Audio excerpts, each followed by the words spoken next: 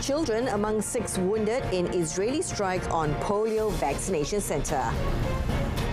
India denies Modi's close allies' involvement in Canadian Sikh activist murder.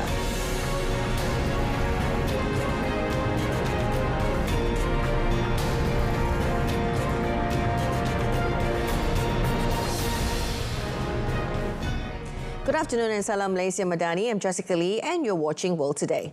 The Philippines Air Force, or the PAF, held a send-off ceremony for the Royal Malaysian Air Force, RMAF, thanking them for their crucial role in the relief efforts after the recent Terima tropical storm. The ceremony was held at Viamor Air Base in Pasay City on Saturday.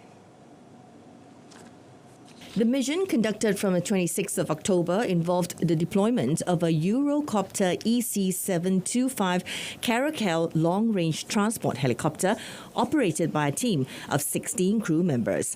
Office of Civil Defence, or the OCD Administrator Undersecretary Ariel Nepomuceno, said RMAF's contributions made a significant difference in recovery efforts for the victims in the Bicol region, hardest hit by the tropical cyclone.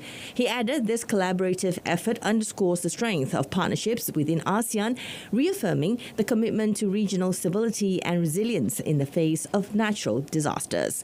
The send-off was also attended by PAF Commanding General, Lieutenant General Stephen Pareño, and Deputy Head of Mission of the Embassy of Malaysia in the Philippines, Nur Jufri Niza Edrus. Now, at least 4 children were among 6 people wounded in a strike on a polio vaccination center in northern Gaza.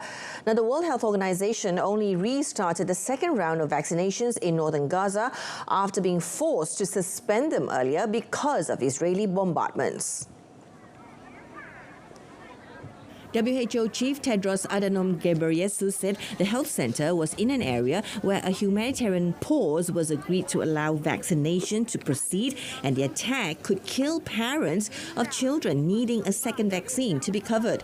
He did not specify who carried out the strike, but Israel rejected a claim by a Gaza source that one of its drones fired missiles at the center.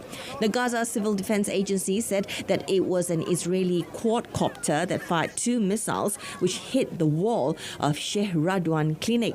Now, Tedros said the attack during humanitarian pause jeopardizes the sanctity of health protection for children and may deter parents from bringing their children for vaccination. The vaccination drive began on the 1st of September with a successful first round after the besieged Palestinian territory confirmed its first case of polio in 25 years. According to the WHO, some 119,000 children in the north are awaiting a second dose, while 452,000 have been vaccinated in central and southern Gaza. Now, at least 1 person was killed and 15 others were wounded in an Israeli strike on South Beirut in Lebanon, which has been hit hard by the Israel-Hezbollah war. Now, the official national news agency said Israel launched a raid near Karut Mall in the southern suburbs of Beirut. The attack was not preceded by an Israeli evacuation warning. The strike targeted an abandoned building, which includes a car dealership on the ground floor. The area was cordoned off by the army and security forces. According to United Nations Refugee Chief Filippo Grandi, an Israeli airstrike also hit humanitarian structures at a border crossing between Lebanon and Syria that was previously hit last month. The crossing, known as Jusea on the Syrian side, became a key escape route for those fleeing the Israel-Hezbollah war after the main border crossing between the two countries was hit. But it was put out of service late last month when an Israeli strike created a large crater that blocked vehicle traffic. Grandi noted that even fleeing and taking care of the refugees are becoming difficult and dangerous as the war continues to spread. Iran's supreme leader vowed retaliation for attacks by Israel as an Israeli naval commando seized a suspected Hezbollah operative in a raid in Lebanon. Ayatollah Ali Khamenei said Iran's response would cover attacks on both the Islamic Republic and its allies.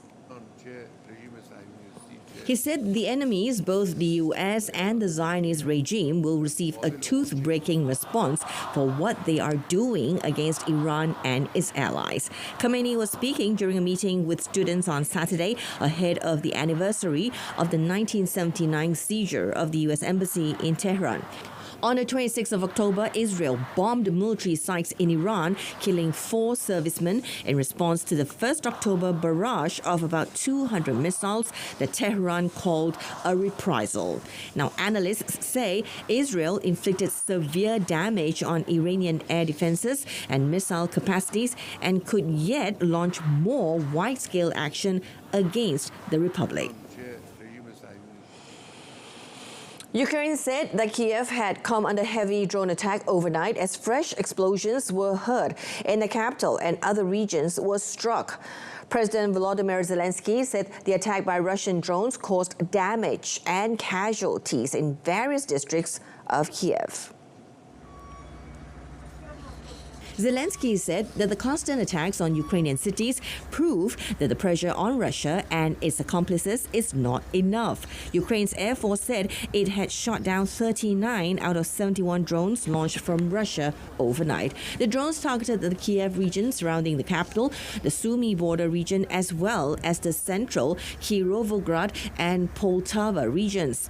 The Air Force said debris from downed drones had damaged houses and blocks of flats in 4 regions, including Kiev, Sumy, and the Black Sea Odessa region. Ukraine's military commander-in-chief, Alexander Syrsky, warned that his troops on the ground were holding back one of the most powerful Russian offensives since the beginning of the full-scale invasion in February 2022. North Korea and Russia have released press statements, respectively, on the common grounds reached during a strategic dialogue between their foreign ministers in Moscow. In a statement released by state media, the Korean Central News Agency, the two sides expressed the common understanding that the root cause of ever-escalating tensions in the Korean Peninsula, Northeast Asia, and other parts of the world lies in the provocations of the United States and its vassal countries. The foreign ministers agreed to hold more dialogues between external policy organs of the two countries, including the Ministerial Strategic Dialogue at various levels.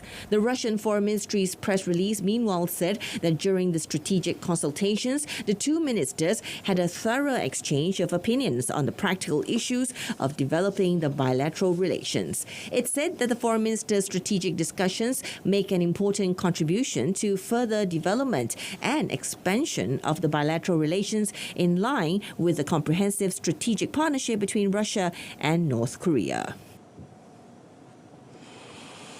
Now, India on Saturday denied Home Minister Amit Shah had plotted to target Sikh activists on Canadian soil and said that it had officially rebuked Ottawa over the absurd and baseless allegation. Now, Canadian officials said Ottawa had traced a broader campaign targeting Canadian Sikh activists to the highest levels of India's government, implicating Prime Minister Narendra Modi's powerful right-hand man.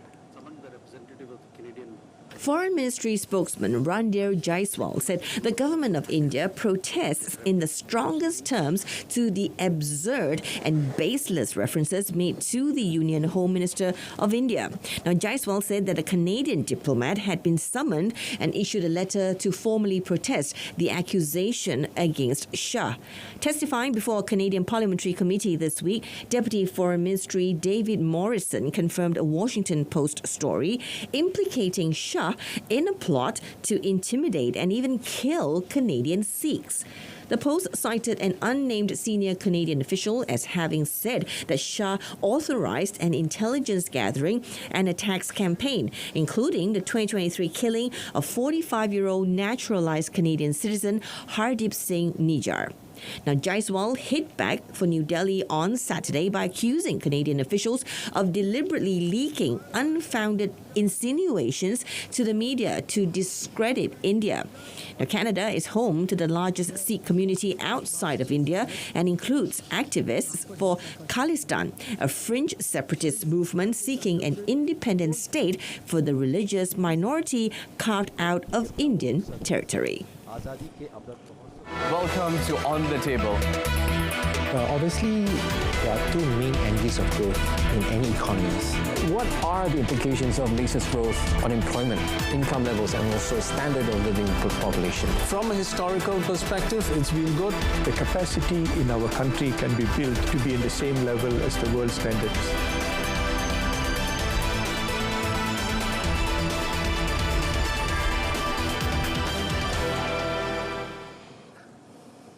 Welcome back. Spain is deploying 10,000 more troops and police officers to the eastern Valencia region, devastated by historic floods that have killed at least 213 people. Now, hopes of finding survivors ebbed 4 days after torrents of muddy water wrecked towns and infrastructure in the European country's worst such disaster in decades.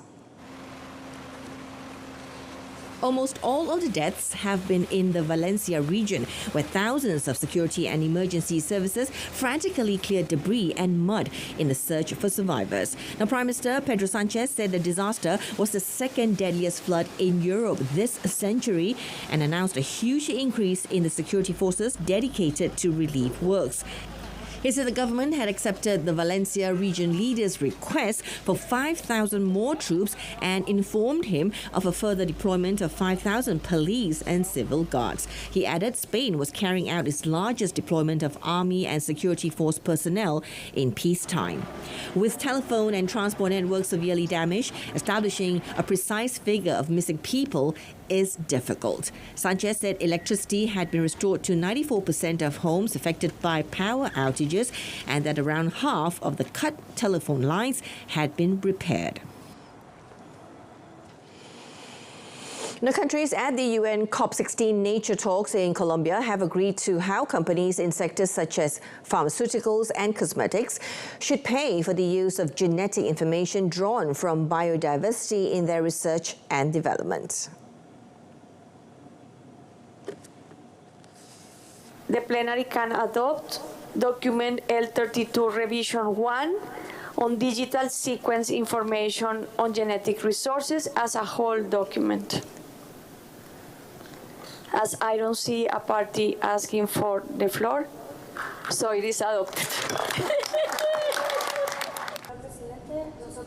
The payments could generate billions of dollars for nature conservation, which would be directed to a fund that would distribute half of the proceeds to indigenous peoples and local communities. The fund, to be known as the Cali Fund after the COP16 host city, will be financed with payments from qualifying companies who will be expected to contribute 0.1% of their revenue or 1% of their profits. The non-binding agreement lists targeted sectors including the producers of pharmaceuticals, food and health supplements, cosmetics, biotechnology, and agribusiness. Now, the China International Import Expo, or the CIIE, the world's first national-level import-themed expo, is about to be held for the 7th consecutive year in Shanghai, with overseas enterprises gathering to take the pulse of the Chinese market. Scheduled to be held from the 5th to the 10th of November, the 7th CIIE has attracted participants from 152 countries, regions, and international organizations. The previous 6 editions saw nearly 2,500 new products, technologies, and services make their debut, with combined intended turnover reaching $420 billion. Now, China has continued to roll out policies to spur foreign trade growth and attract foreign investments, cultivating new international competitive advantages. In October, the country issued a guideline to promote some eligible free trade zones and the Hainan Free Trade Port with high standard international economic and trade rules. The eligible FTZs are in Shanghai, Guangdong, Tianjin, Fujian, and Beijing. Now, China has built 22 pilot FTZs covering coastal, inland and border areas, contributing about 20% of the country's total foreign investments and import-export volume. The foreign trade of FTZs expanded by 11.99% year-on-year in the first 3 quarters of 2024.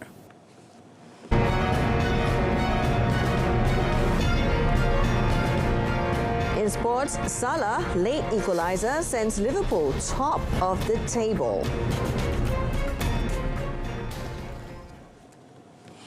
And kicking off our sports segment this afternoon, Newcastle put a huge dent in Arsenal's title aspirations on Saturday, winning 1-0 to give leaders Manchester City the chance to move 8 points clear of the Gunners at the top of the Premier League. Third-place Arsenal struggled to get out of first gear, and although they dominated possession, they produced just one shot on target in the entire game. Alexander Isak scored what proved to be the winning goal in the 12th minute, heading home Anthony Gordon's pinpoint cross from the right. Arsenal struggled to build up a head of steam as the clock ticked down, but they squandered a golden chance to level when Rice headed just wide from a Saka cross in stoppage time. Mikel Arteta's men have now picked up just 1 point in their past 3 games, with their title push quickly running out of steam. Newcastle coach Eddie Howe described the victory as a massive win against a really good team.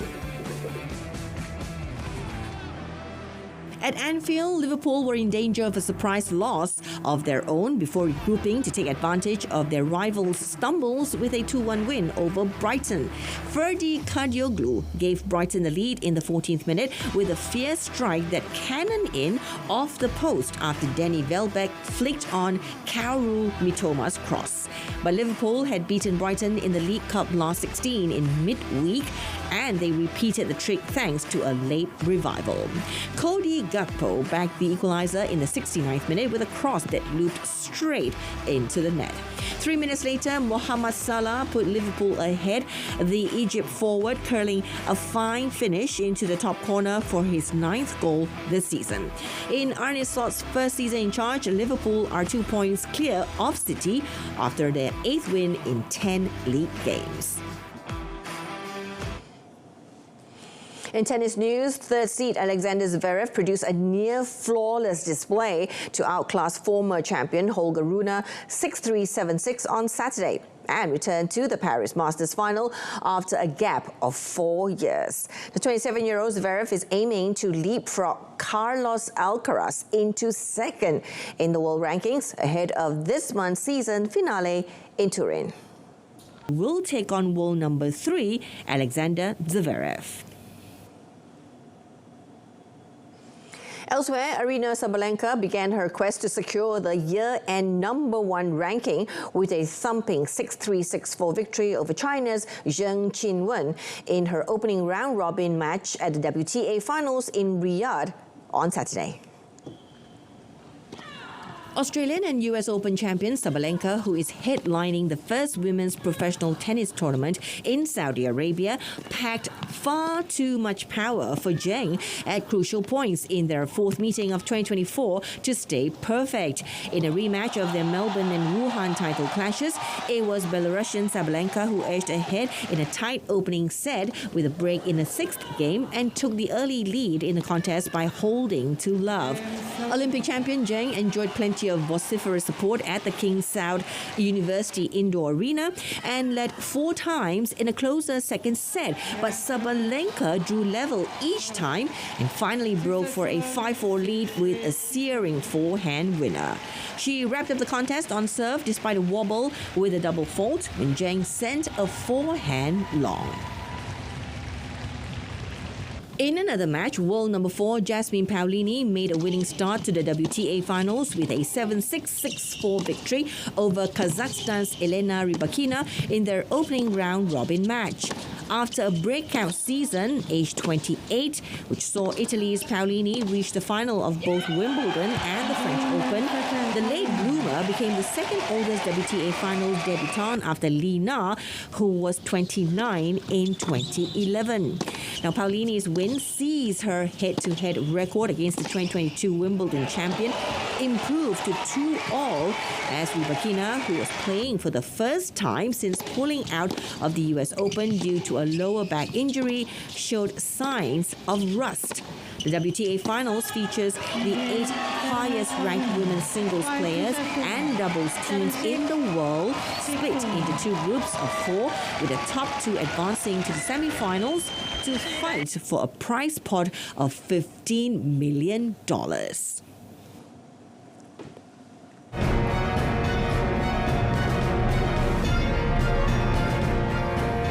Glittering, vintage, historic and futuristic stories await you in our Offbeat segment.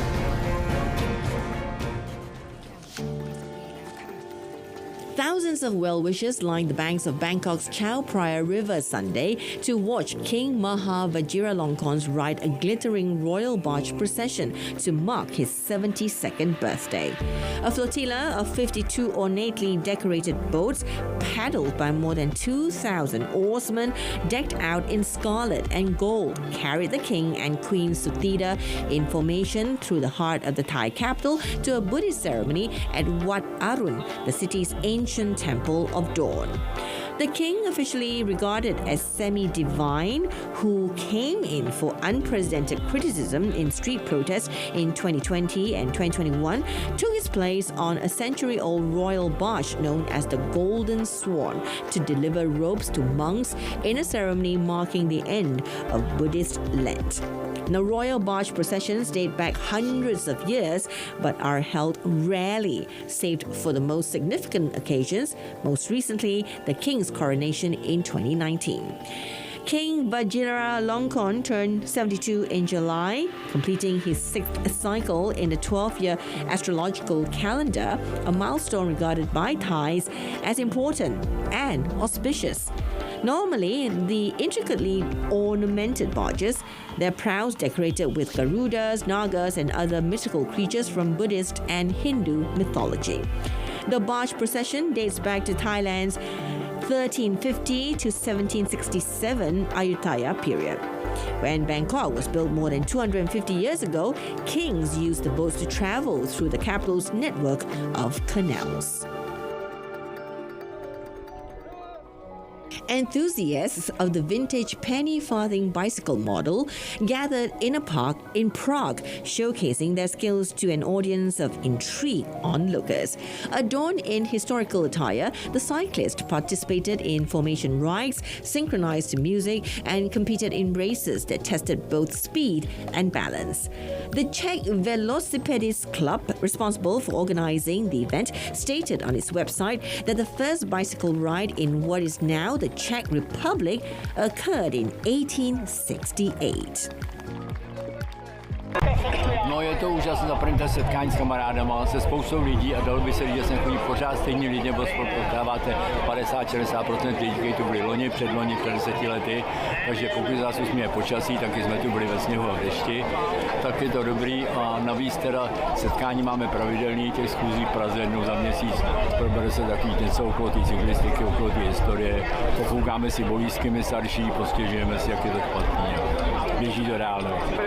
Penny farthings, characterized by their distinctive large front and small rear wheel design, were first introduced around 1870, gaining popularity until the 1880s.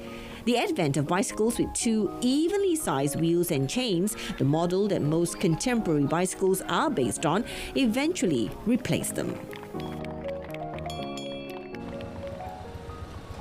An age-old symbol of the Portuguese capital, Lisbon's rickety yellow trams have become such a magnet for tourists that some locals complain they can no longer grab a ride. Now, Lisbon began operating trams in the late 19th century to transport passengers up the steep and narrow streets crisscrossing the hilly old city. Now, today's visitors travel back in time, admiring the wooden flooring and old-fashioned appearance of carriages that offer spectacular views of the Tagus River and picturesque pastel-colored buildings. Now, red trams aimed at tourists have also been created, but are less popular due to their higher costs. Now, other tram lines have been put back into service after being scrapped during the 20th century with the development of the urban bus network. Now, local associations have for years demanded a more reliable public transport system for both residents and tourists. Now, Lisbon Transport Company, Caris, conceded that reconciling the needs of tourists and residents can be difficult, as the trams are a much sought-after cultural facility. Now, 5 historic tram routes currently connect Lisbon, with a 6th line equipped with longer and more modern carriages running along the river.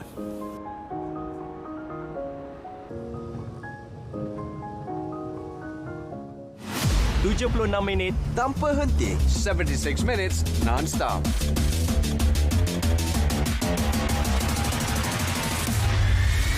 Transparent and concise. Paparan komprehensif, ringkas dan padat. Saksikan Kanta 744, 7:44 malam. berita perdana 8 malam. Malaysia tonight, 8:30 p.m.